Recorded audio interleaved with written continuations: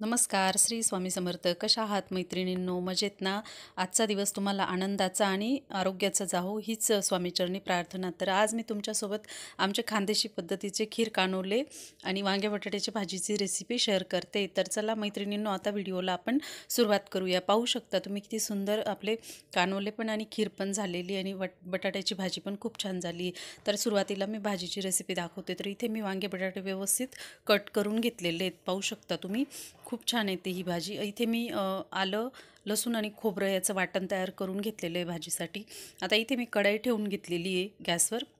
इथे मी आता 2 चमचे तेल घालून घेणार आहे.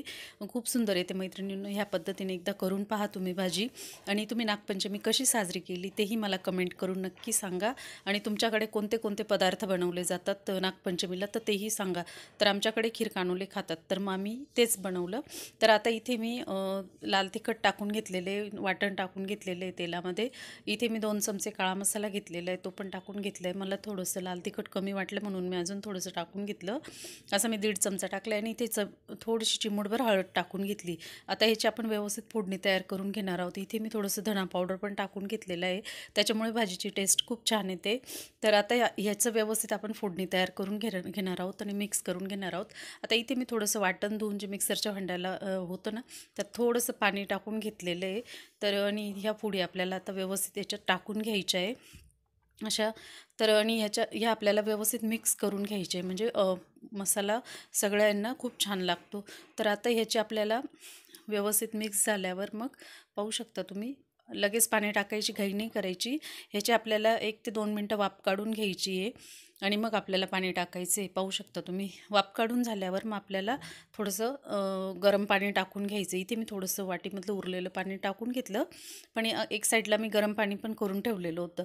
तर आता ते याच्यात मी टाकून घेणार आहे. खूप सुंदर होती ही भाजी आणि अगदी कमी वेळेत होते पण. आणि वरण भातासोबत किंवा इतर भाजीपोळीसोबत पण खूप छान ऑप्शन आहे. आता इथे आपण चवीनुसार मीठ टाकून घेणार आहोत. तर करून पहा एकदा अशी भाजी, पाहू शकता. आता इथे मी थोडीशी हिरवी कोथिंबीर कट करून घेतली आहे. आता ही आपण व्यवस्थित उकळू देणार आहोत आणि थोडीशी उकळल्यावर मग आपल्याला त्याच्यात शेंगदाण्याचं कूट घालून घ्यायचे. तर खूप सोपी भाजी आणि अगदी कमी वेळेत होते. तर एकदा तुम्ही करून पहा अशी भाजी. आणि मैत्रिणींनो, तुम्ही कमेंट करून मला नक्की सांगा की तुम्ही नागपंचमीला काय काय बनवलं. तर आता इथे आपली भाजी मी साईडला उकळत ठेवणार आहे एका गॅसवर. आता इथे मी खीर बनवत आहे. तर इथे मी 3 कप दूध घेतलेलं आहे, पाहू शकता तुम्ही. मी दुधाचं पातेलं होतं त्यातलंच दूध ओतून घेतलं आणि तिथेच त्याच पातेल्यात करणार आहेत खीर. तर आता इथे मी तांदूळ वाटून घेतलेला आहे. त्या दिवशी मी खीरचा व्हिडिओ अपलोड केलेलाच आहे, पाहू शकता तुम्ही. तांदूळ थोडा वेळ भिजवून मग तो मिक्सरच्या भांड्याला दळून घेतला. इथे मी इंद्रायणी तांदूळच घेतले कारण त्याची खीर खूप सुंदर येते. तर आता हे आपल्याला वाटण सर्व मी मी जे मिक्सरच्या भांड्यात वाटून घेतलेला होता तांदूळ, तो आता आपल्याला खीरमध्ये थोडंसं उकळल्यानंतर दूध मग टाकून घ्यायचं आहे. आता इथे मी साखर चवीप्रमाणे टाकणार आहे. इथे थोडीशी वेलची पावडर टाकून घेतलेली, सुंठ वेलची पावडर. साखर तुम्ही तुमच्या चॉईसनुसार टाकू शकता, कमी जास्त. आणि इथे आता ड्रायफ्रूट्स कट करून घेतलेले मी, तर ते आपल्याला थोड्याशा प्रमाणात टाकायचे आणि बाकीचे शेवटी नंतर टाकायचे. कारण कसं आहे, ते एकदम खीरमध्ये टाकले की ते खूप खाली तळायला चालले जातात, त्याच्यामुळे मग आपल्याला थोडेसे वरून गार्निशिंगसाठी ठेवायचे. तर आता थोडीशी चवीनुसार मी थोडंसं कळत नकळत मीठ टाकून घेणार आहे. त्याच्याने खीर खूप छान लागते आणि गोडाच्या पदार्थात मीठ थोडंसं टाकलं की पदार्थ पण खूप सुंदर होतो. तर एकदा करून पहा मैत्रिणींनो. आता इथे मी कानोल्यांसाठी म्हणजे 8 ते 10 पोळींचं पीठ घेतलेलं आहे. तर इथे मी जिरा पावडर टाकून घेते. मी हे जिरा पावडर भाजून तयार केलेलं होतं, तर ही जिरा पावडर टाकून घेतली. इथे आपण चवीनुसार मीठ टाकून घेणार आहोत. आणि तुमच्याकडे काय बनवतात ते मला नक्की सांगा मैत्रिणींनो.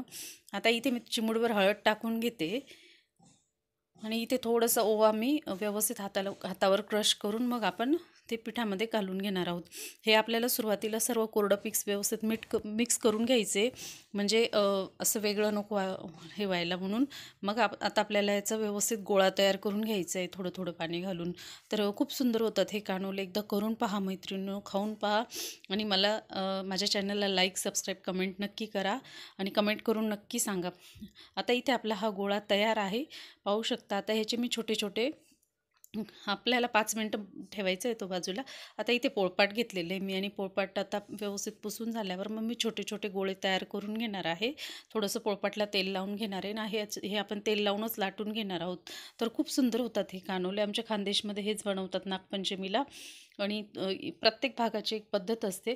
आता इथे मी थोडंसं छोटा गोळा घेतला आहे. आता आपण ही छोटी पोळी एकदम पातळ पोळी लाटून घ्यायची याची आणि ही जेवढी तुम्हाला पातळ लाटता येईल तेवढी पातळ लाटा. कारण कसं आहे जास्त जाड पोळी ना आपल्याला हे स्टीम करायचे त्याच्यामुळे आपल्याला व्यवस्थित पातळ करून घ्यायची लाटताना. तर अशी मी एकदम पातळ पोळी लाटून घेते म्हणजे स्टीमला व्यवस्थित होते ती. तर इथे थोडंसं तेल लावून मग आपल्याला अशी घडी घालून घ्यायची. पाहू शकता मैत्रिणींनो अशा आणि थोडंसं तेल अजून लावायचं आपल्याला दुसऱ्या बाजूला. पण अशा पद्धतीने आपण सर्व कानोले करून घेणार आहोत आणि एका प्लेटमध्ये काढून घेतले मी. दुसरं पण मी तुम्हाला तसंच बनवून दाखवते. तर अशा पद्धतीने आमच्याकडे हा पदार्थ बनवला जातो खीर कानोले आणि आमच्याकडे गव्हाची खीर पण बनवली जाते. पण गव्हाची खीर बनवायला माझ्याकडे वेळ नव्हता म्हणून मग मी तांदळाची खीर बनवली आणि हे कानवले बनवले. तर मैत्रिणींनो एकदा करून पहा, खाऊन पहा. माझ्या चॅनलला लाईक, सबस्क्राईब, कमेंट नक्की करा. आता इथे मी दुसरं पण त्याच पद्धतीने बनवून घेतले. अशा प्रकारे मी सर्व कानवले बनवून घेणार आहे आणि आता आपण हे असं पाहू शकता तुम्ही. आता इथे मी स्टीम करायला इडली पात्र घेतलेले तर त्याच्यात मी 2 ग्लास पाणी टाकून घेतलेले इडली पात्रामध्ये. ते इथे गॅस चालू करून घेतलेला आहे. आता आपण एक एक प्लेट ठेवून घेणार आहोत. थोडंसं तेल लावून एक एक प्लेटमध्ये आपण कानोले ठेवून घेणार आहोत. आता इथे मी तेल लावून घेतले प्लेटला जसं आपण इडलीला लावतो तसं आणि आपण एक एक प्लेटमध्ये हे 4-4 कानोले ठेवून मग आपण त्याची स्टीम करून घेणार आहोत. तर अशा पद्धतीने मी हे सर्व एकाच याच्यात ठेवून घेतलेले. बाकीचा गोळा पडलेला आहे तो थोडंसं हे झाल्यावर मग ते करून घेणार आहे मी. अशा पद्धतीने आपले सर्व प्लेट फुल झाले. आता मी हे व्यवस्थित झाकून ठेवणार आहे आणि आपल्याला 15 ते 20 मिनटं छान वाफ काढून घ्यायची. आता इथे आपले 15 मिनटं झालेले आहेत. खूप सुंदर शिजलेले आहेत आणि यांना शिजायला पण अगदी कमी वेळ लागतो. तर पाहू शकता मी इथे चाकूने चेक करून पाहिलं की झाले की नाही व्यवस्थित. तर हे आपले छान स्टीम झाले होते. पाहू शकता तुम्ही आपला नागपंचमीचा बेत कसा वाटला.